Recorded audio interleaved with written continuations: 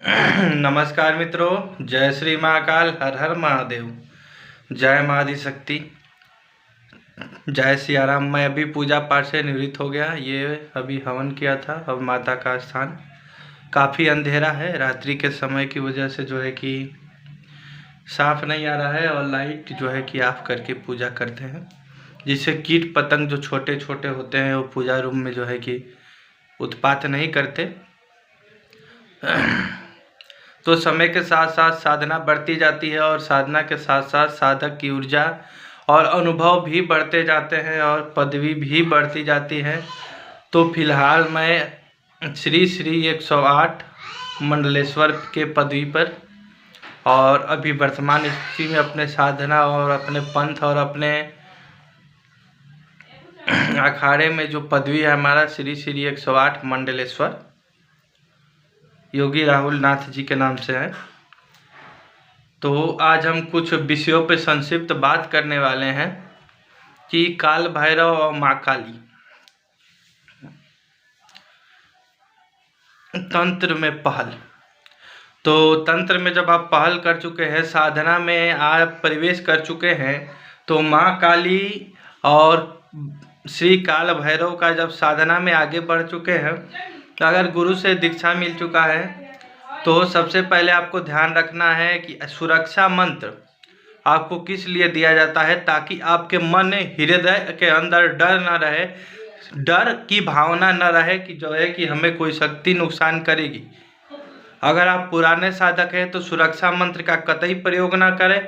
आपको स्वयं आपकी शक्ति प्रोटेक्ट करती है, सुरक्षा करती है। जैसे कि हम लोग कभी भी आज तक हम तो शुरू से ही सुरक्षा मंत्र का प्रयोग किए ही नहीं, जबकि सुरक्षा मंत्र सभी साधकों को या जो नए होते हैं सबको देते रहते हैं, ताकि उनके मन में किसी प्रकार का मन में संशय ना रहे, डर ना रहे। और जब आप तंत्र में पहल कर चुके हैं, साधना मार्ग में प्रवेश कर चुके हैं, तो सबसे पहले आपको सुबह शाम की पूजा जो है 2 बेरों की जो है छोड़नी ही नहीं है। संध्या बंदन भी नहीं छोड़ना है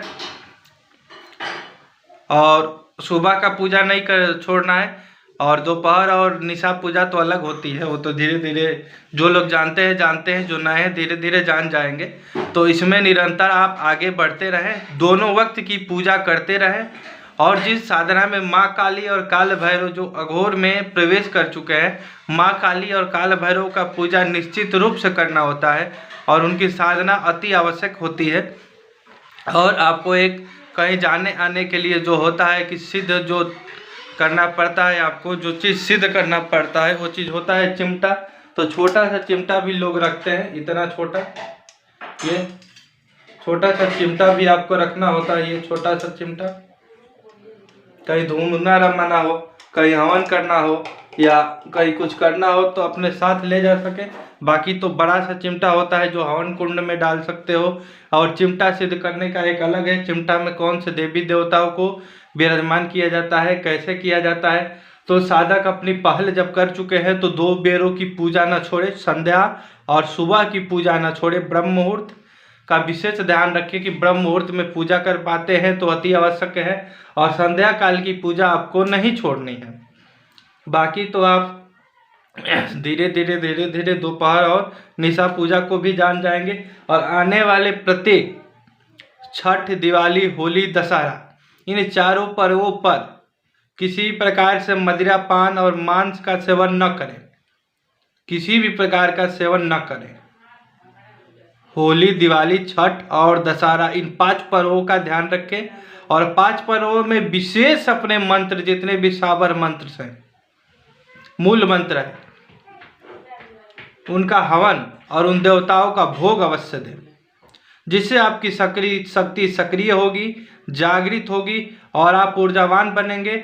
और जो काम आप करते हैं नहीं होता है, जो काम करते हैं बिगड़ जाता है, उस काम को आप बहुत ही आसानी से कर सकते हैं। और इन गुप्त नवरात्रियों का ध्यान रखें, जो गुप्त नवरात्रियाँ आती हैं उसमें भी आप विशेष से विशेष ध्यान रखें कि माता का कलश स्थापित करें, नवार मंत्र या माँ शक्ति मंत्र या जो भी शक्ति को आप मानते हैं उस देवेश्वरी का मंत्र का 9 दिन पाठ करें। 10वें दिन जो है कि विधि पूर्वक हवन वगैरह करके कलश को हटाएं, नारियल तोड़े, पूजा पाठ में विशेष ध्यान रखें।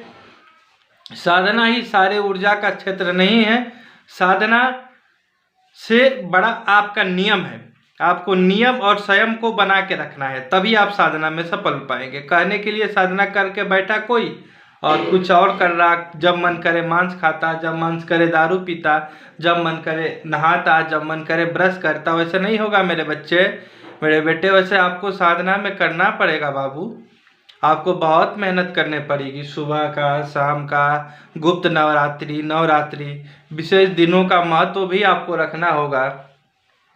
कुछ पंचांग रख लीजिए, कैलेंडर रख लीजिए, नक्षत्र, दिन और क्या मुहूर्त है, क्या बेला है, क्या चीज़ है, ये चीज़ को आप देखते रहें, ये चीज़ को आप ध्यान में रखें। ये चीज़ जब आप ध्यान में रखेंगे तो आप आगे बढ़ पाएंगे, क्योंकि बगैर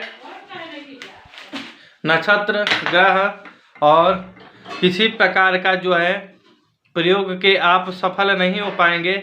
आपको नक्षत्र, ग्रह और समय का अति आवश्यक है, आपको ध्यान रखना होगा। अब देखिए चेहरा साफ आ रहा है ना, कोहरा भी काफ़ी है। दरवाजे को हमने सारे दरवाजे को ओपन कर लिया।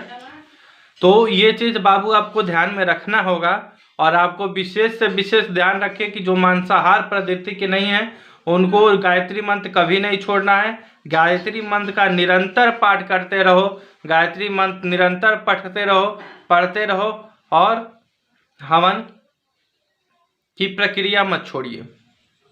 समय समय पे हवन देते रहें, और नारियल की बलि नहीं छोड़ना है आपको।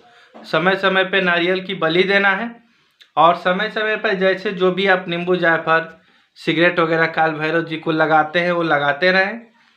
और साथ में विशेष जो नवार मंत्र का जो किलित उत्किलित का ध्यान है उसको रखें, और दुर्गा सप्तशती का निरंतर पाठ करते रहिए। निरंतर सप्तशती को छोड़िए मत। साधना मार्ग में कभी 108 नाम पढ़ लीजिए, कभी दुर्गा जी के 32 नाम, 1 अध्याय 2 अध्याय, ऐसे निरंतर पढ़ते रहिए। शुरू से लास्ट तक जाइए, फिर शुरू कीजिए, फिर। और ऊर्जा में हनुमान जी की ऊर्जा को विशेष स्थान दे। हनुमान जी को घर में जगह नहीं है तो कहीं भी एक छोटी सी तस्वीर लगाकर विधि पूर्वक पूजा करें, और बजरंग बाण और हनुमान चालीसा का पाठ करें। सुबह वक्त नहीं मिलता शाम को करें, रात्रि को करें। डेली टाइम नहीं मिलता है मंगलवार शनिवार को करें, नहीं तो सिर्फ किसी एक दिन भी करें। ये प्रक्रिया करते करते आपके अंदर वो ऊर्जा आएगी कि जिस साधना के विषय में सोचेंगे उस साधना के अंत तक पहुँचने का निर्णय स्वतः आपको ज्ञात होने लगेगा, और आपको दिखाई पड़ जाएगा कि इस साधना में जाने के लिए हमें कितनी आवश्यकताएं हैं सामग्री की। क्योंकि हर एक साधना में खर्चा है बाबू। अभी जाओ साधना करो, अगरबत्ती लोगे पैसा लगेगा, कपूर है, लौंग है, गूगल है, घी है, तमाम किसी भी प्रकार की सामग्री एक साधना में मान के चलो आपको खर्चा पड़ता है। तो आप साधना में जब उतरे हो तो या तो कहीं से कमा करके लगाओगे, या तो फिर साधना में साधक को किसी का उपचार करते हो, जो द्रव्य दक्षिणा मिला है उससे आगे बढ़ते रहोगे। ये प्रक्रियाएं हैं। तो किसी भी साधना में प्रवेश करने से पहले स्वयं को मजबूत बनाओ और टिकाऊ बनाओ और अखंडित बनाओ, जो खंड न किया जा सके आपको बाबू। जब साधना में बैठ गए तो मच्छर काटे कि माछी काटे उसका पहले से ही व्यवस्था कर लो। घर में सबको बोल के रखो इतने बजे से इतने बजे तक हमको कोई डिस्टर्ब नहीं करेगा बाबू। और साधना कर एकांत में बैठो, पूजा पाठ करो और सक्रिय बनो, ऊर्जावान बनो, और द्रव्य सुगंधित पदार्थ गंध का प्रयोग करो अपने शरीर पे। बेला हो गया, चमेली हो गया, इस प्रकार के जो कि देवी को लुभावने लगते हैं उस प्रकार का। जैसे कि गेंदा के फूल के जो गंध आते हैं, सेंट आते हैं, उनका प्रयोग करो। घर के पूजा स्थान में देवी के लिए लाल पुष्प, बेला और चमेली वगैरह का विशेष ध्यान रखें। बेलपत्र भगवान भोलेनाथ को अर्पण करने के लिए जरूर से जरूर रखो, और किसी भी प्रकार से धार का प्रयोग करें। पक्की धार, कच्ची धार या पंचमेवे की धार जो है 1 लोटे जल में लौंग डालो और देवी को सुमिरन करके हमें जल दो।